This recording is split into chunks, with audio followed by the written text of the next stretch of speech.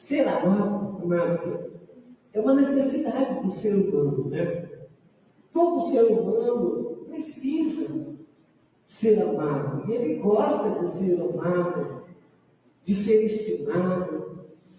O ser humano precisa ouvir afirmações de que ele é importante, de que ele é necessário, de que ele tem o seu lugar. O ser humano precisa ouvir essas coisas, né? Talvez seja por causa da estrutura emocional que nós fomos formados por Deus, por Deus que nós fomos criados, a imagem e a semelhança de Deus. Mas nós sabemos que o pecado distorceu todas essas coisas. Nós sabemos que o pecado distorceu o ser humano de tal forma que ele não consegue mais saber quem ele é de verdade. Talvez seja por causa disso que nós precisamos de reafirmação, né? De dizer que nós somos importantes, que Deus nos ama, que alguém nos ama, não é, mas louvado seja o nome do Senhor. Então, quando alguém escreve alguma mensagem e nos diz palavra que nos levanta, palavra que nos exalta, ou exaltam as nossas virtudes, então isso, na verdade, nos levanta mesmo, isso nos anima. Isso é maravilhoso, né? Agora, pense aqui comigo. Se é bom ser amado pelas pessoas, se é bom se ouvir das pessoas que nós somos importantes, imagina você ouvir isso do próprio Deus. Imagina você ouvir palavras, né, nesse sentido do próprio Senhor. Mas exatamente isso que nós vemos aqui com Daniel. Eu imagino que de todos os personagens da Bíblia que nós conhecemos, eu penso que Daniel foi o mais privilegiado de todos eles, né? Eu acho que de todos os tempos. Porque a gente vê aqui através do anjo Gabriel, né? Através do anjo Gabriel, Daniel tomou conhecimento que ele era um homem muito amado, muito estimado pelo próprio Senhor. Aqui no capítulo 9, a gente não leu, mas nós vamos ler aqui no capítulo 9, acho que já está com a Bíblia aberta. Aí no capítulo 9, no versículo 23, diz assim: no princípio das tuas súplicas saiu a ordem, e eu vim para te declarar, porque és muito amado. Aleluia! Eu vim para declarar a você as palavras do Todo-Poderoso, porque és muito amado, muito amado. Aí também, no capítulo 10, aí no versículo 11, diz assim: ele me disse, Daniel, homem muito amado. De novo, toda vez que o anjo vinha falar com ele, ele fazia questão de dizer que Daniel era muito amado. No versículo 19, do 10, 19, a mesma coisa, ele disse: não temas, homem muito amado. Destacando aí, dizendo que Deus o ama muito. Destacando aí que ele é muito amado pelo Senhor. Eu fico perguntando, por que será?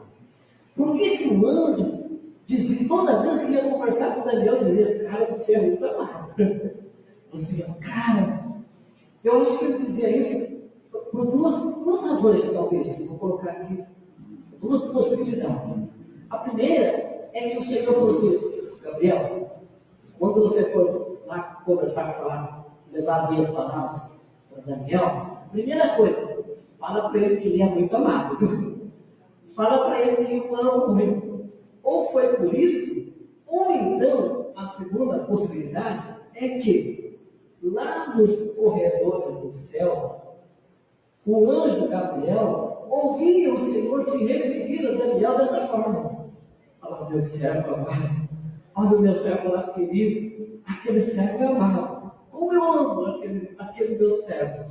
Eu quero crer que foi essa segunda, viu? Eu quero crer que o anjo Gabriel ouvia nos corredores do céu o Senhor falando a respeito de Daniel, que ele era muito amado. Louvado seja o nome do Senhor por isso. Mas alguém pode até querer discordar, né? Dizer assim: mas, pastor, peraí, mas Deus não ama todo mundo igual, né? Deus não ama todo mundo. Deus não faz exceção de pessoas que você não ama. Eu digo, sim, Deus ama todo mundo. Mas eu acho que existem filhos que às vezes arrebatam o coração do pai. Não é assim? Às vezes você que é pai, você que é mãe, você que tem vários filhos, teve dois, hoje é difícil falar isso, né? Todo mundo já teve filho, mas a minha mãe tinha dois, né? Mas a gente sim tem um filho que às vezes arrebata o coração do pai. Por quê? Talvez por atitudes diferenciadas que ele faz, que ele se torna alguém especial para o pai. Eu penso que com Deus também é a mesma coisa. Eu penso que existem filhos que arrebatam o coração do pai, exatamente por atitudes nobres, atitudes diferenciadas. Eu quero aqui trazer aqui para nós e rever, quem sabe, algumas atitudes de Daniel, que eu julgo que foram atitudes assim, atitudes diferenciadas e que arrebatou o coração do pai, ao ponto do pai falar: esse é meu filho amado, esse é meu filho querido, és muito amado. Primeira coisa é que Daniel e seus três aqui amigos, né, mais três jovens de Judá, estando eles cativos lá na Babilônia, eles foram convocados pelo rei Nabucodonosor naquele tempo para comparecerem diante do rei. E o rei disse para o seu servo: olha, separa eles, cuida deles, porque eles vão ser grandemente usados por mim no meu palácio. Eles vão me assistir no meu palácio. E aí o rei determinou a eles uma ração, determinou a eles um cardápio especial, segundo o cardápio, segundo a comida que o próprio rei comia, e até mesmo o vinho que o rei bebia no palácio. Não é? E então o rei disse para o seu eunuco, né, dizer para ele essas coisas. Mas aí nós sabemos que Daniel, ele teve uma atitude muito extrema, eu diria uma atitude diferenciada. A Bíblia diz que Daniel resolveu firmemente no seu coração não contaminar-se com as finas iguarias do rei, nem com o vinho que ele bebia. Ou seja, Daniel teve coragem de recusar uma ordem do rei, Nabucodonosor, e disse: não, ele se negou a comer aquelas comidas, porque para ele aquelas comidas eram comidas impuras. Para ele aquela comida era uma comida que era sacrificada a ídolos, quem sabe ali, e ele disse que não participaria da vida. Ele teve coragem de fazer isso, mas aí a gente fica pensando: puxa vida, mas não era o emprego da vida dele? Trabalhar no governo, ganhar um alto salário. Puxa vida, não dava quem sabe para fechar os olhos para algumas coisinhas e continuar no seu emprego, porque Daniel, ele correu o risco de ser mandado embora. Ele correu o risco de não servir para aquela seleção, porque afinal de contas ele desobedeceu a ordem do rei. E nós sabemos como o rei era. Ninguém desobedecia a ordem do rei. Mas aquele homem de Deus preferiu obedecer a Deus do que se sujeitar a uma voz humana qualquer. Louvado seja o nome de Jesus por isso. Eu entendo que estas são atitudes, como esta, né, que arrebatam o coração do pai e faz com que o pai diga sobre aquele filho palavras do tipo: filho, você é muito amado.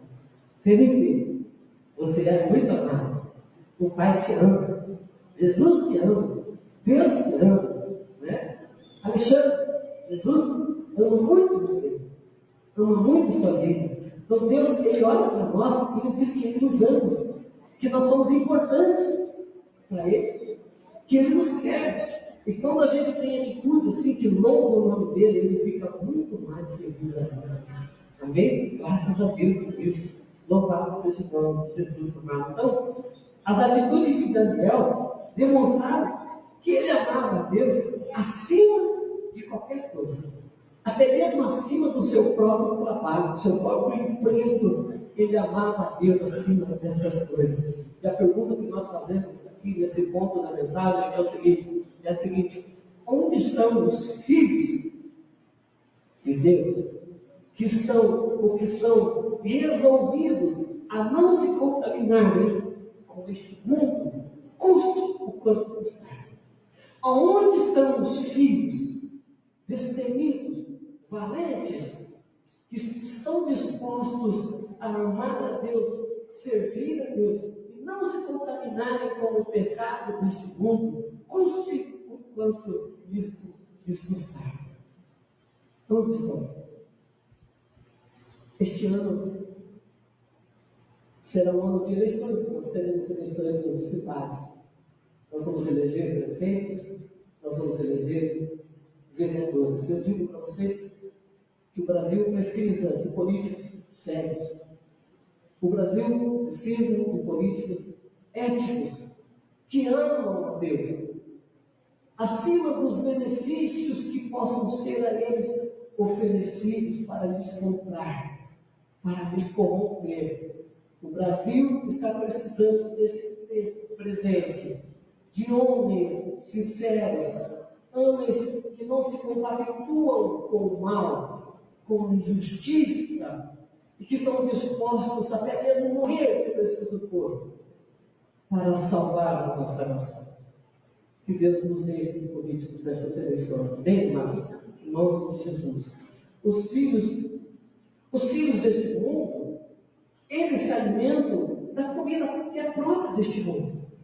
É isso. Os filhos deste mundo, que não têm revelação de Deus, eles se alimentam da comida do mundo, da vaidade, da ganância, da cobiça, da soberba, da altivez, da prostituição. Este é o alimento do homem do pecado deste mundo. Mas este alimento não são os alimentos dos filhos.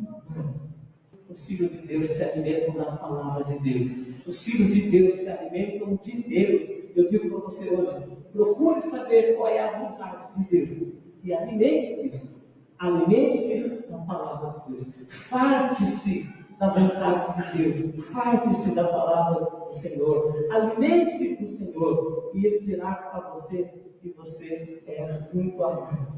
Ele vai dizer de você o que ele disse de Daniel. Você é um homem muito amado, porque atitudes diferenciadas, amado. Vocês conhecem aquela ave, os flamingos? Flamingos são as aves coloridas, elas têm um tom assim, laranja avermelhado. Muito bonitas, né? Laranja avermelhado, umas aves lindas. E eu fui pesquisar sobre isso, e elas têm essa cor porque elas se alimentam de algas que são carregadas de beta-caroteno. Beta-caroteno é uma substância orgânica que contém pigmentos laranja e vermelho. Laranja e tom avermelhado. Por isso, essas aves comem essas algas e as suas penas ficam daquelas cores. Uma cor linda, né? Laranja avermelhado, né? Tem uma máxima que diz assim, que você é o que você come. Isso é verdadeiro. A gente é aquilo que a gente come, né? Quem se alimenta deste mundo, quem se alimenta do pecado deste mundo, fica, sabe, com uma cor cinzenta, carregado, né, de pecado, claro, e vai andar com um tom embaçado, aonde não reflete a glória de Deus. Vai ficar com um semblante carregado, um semblante de morte, porque a Bíblia diz que o pecado gera morte. Mas aqueles que se alimentam de Deus, aqueles que se alimentam da palavra de Deus, eles vão herdar o quê? Vida abundante. E eles vão exalar o perfume de Cristo. Amém, irmão? Quem se alimenta de Jesus vai exalar o perfume dele. As pessoas vão passar perto de você e vai sentir algo diferente. As pessoas vão passar perto de você e vai sentir que você é diferente, que você tem um perfume diferente. Esse perfume é o perfume de Jesus. Por quê? Porque você não se alimenta das iguarias deste mundo, mas você se alimenta de Deus, da oração, do louvor, da adoração e da palavra de Deus. Amém? É esse alimento que o Senhor tem para os seus filhos, amados. Graças a Deus por isso. Louvado seja o nome de Jesus. Numa outra ocasião, a Bíblia diz que Daniel, ele preferiu ser lançado na cova dos leões do que deixar de orar regularmente, 3 vezes por dia, como ele fazia, né? Mesmo sabendo ele que naquele dia foi assinado um decreto pelo rei, dizendo que toda pessoa do reinado que fizesse oração a qualquer Deus que não fosse o Deus da Babilônia, ia ser lançado na cova dos leões. E Daniel preferiu ser lançado na cova dos leões do que deixar de orar ao Deus, ao único Deus vivo e poderoso. Ele não levou em conta o fato que ele poderia ser preso, poderia ser morto e comido pelos leões, amados. Ele preferiu adorar a Deus. Ele preferiu servir a Deus do que servir a homens. Nós precisamos urgentemente, amados, nesse dia, pedir a Deus: Senhor, dá-me essa ousadia, dá-me, Senhor, essa coragem de Daniel. Senhor, eu quero ser como Daniel. Ajuda-me, Senhor, a ter atitudes, porque se eu fizer como Daniel, também eu vou ouvir a voz de Jesus, a voz do Senhor dizendo ao meu filho: esse é meu filho amado, é meu filho muito amado, meu filho muito querido, porque eu interpretei dessa forma. Eu julgo que o Senhor falou isso de Daniel por causa das atitudes dele que eram diferenciadas. Amém, irmão? E Deus quer que a gente seja assim também. E são, claro, são atitudes como essas que arrebatam o coração do Pai, né?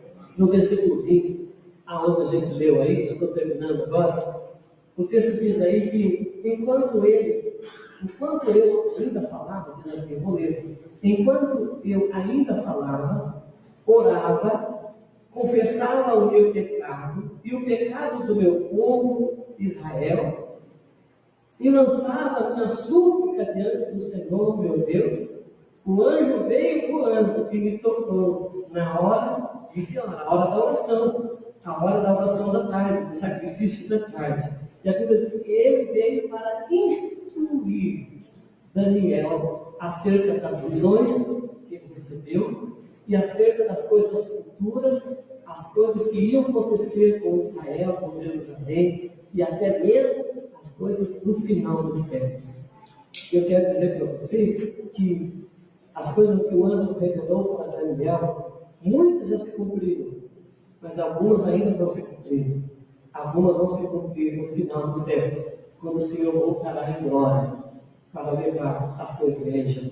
E eu quero dizer para os irmãos nessa noite que Daniel, ele orava dessa maneira. Por que ele estava orando? Confessando o pecado da nação, confessando o pecado dele também. Porque a Bíblia diz que ele, lendo as Escrituras, ele se alimentando das Escrituras, se alimentando dos profetas, especialmente o profeta Jeremias, ele entendeu que o tempo da desolação, ou o tempo do cativeiro da Babilônia, era de 70 anos. E quando ele percebeu isso, ele falou: já acabou, já deu 70 anos. Ou seja, já estava naquele ano. O que ele fez? Ele se pôs a orar. Ele se pôs a buscar o Senhor. Ele se pôs a humilhar diante do Senhor para que a profecia se cumprisse. Foi aí que o anjo falou: olha, foi quando você se colocou em oração, quando você se humilhou diante de Deus, é que saiu a ordem. E eu vim por causa das suas orações. Eu vim porque você estava orando dessa maneira. E eu vim para explicar, para ensinar você a respeito das coisas que vão acontecer no futuro. Amados irmãos, eu quero terminar essa mensagem de hoje. Nós vamos participar da Santa Ceia também. Eu quero dizer para você que, mais do que nunca, nós precisamos também nos alimentar de Deus e da sua palavra. Sabe por quê? Está chegando um tempo muito difícil. Nós já estamos vivendo tempos difíceis. Eu não vou afirmar isso, porque eu não tenho essa capacidade de afirmar. Mas é possível que já estejamos aí nos primeiros seres do Apocalipse. É possível que já estejamos vivendo nesse tempo já muito próximo à grande tribulação. Nunca se falou tanto em governo mundial, nunca se falou tanto em comunismo, nunca se falou tanto da volta de Jesus. Vamos ficar atentos, amados, porque a igreja remanescente, a igreja no final, vai passar por grande tribulação. E ai dela, se ela não estiver pronta, ai dela se ela não estiver preparada. Ele pergunta: onde estão os filhos de Deus, que estão dispostos, resolvidos verdadeiramente a não se dobrar diante do sistema, diante das provas, diante das tentativas de calar e de fazer negar a fé? Você já pensou nisso? Você já parou para pensar nisso? Que na época da grande tribulação, os cristãos serão levados a negar Jesus? São levados a negar a sua fé? Então, é mais do que nunca nós precisamos nos alimentar de Deus. Porque quando nós estamos pertinho de Deus, quando nós estamos andando pertinho de Deus, a gente não tem medo de nada. A gente não tem medo de perder o trabalho, de perder o emprego, a gente vai para cima, a gente vai dizer como aqueles homens, né? A gente vai dizer como Pedro, né? Importa de servir, importa obedecer a Deus do que obedecer a homens. Que você se prepare para esse tempo, amado. Vamos nos preparar. Porque hoje se prega aí que a igreja não vai passar pela grande tribulação. É uma corrente muito grande de pessoas que pregam isso. A igreja não vai passar pela grande tribulação. Eu não prego isso. Para mim, a igreja vai passar, sim, por uma parte da grande tribulação. Os primeiros cristãos passaram. Por que a gente não quer passar? Então, mas se a gente estiver andando pertinho de Jesus, pertinho dele, venham as provações que vierem, a gente não vai negar o Senhor. Amém?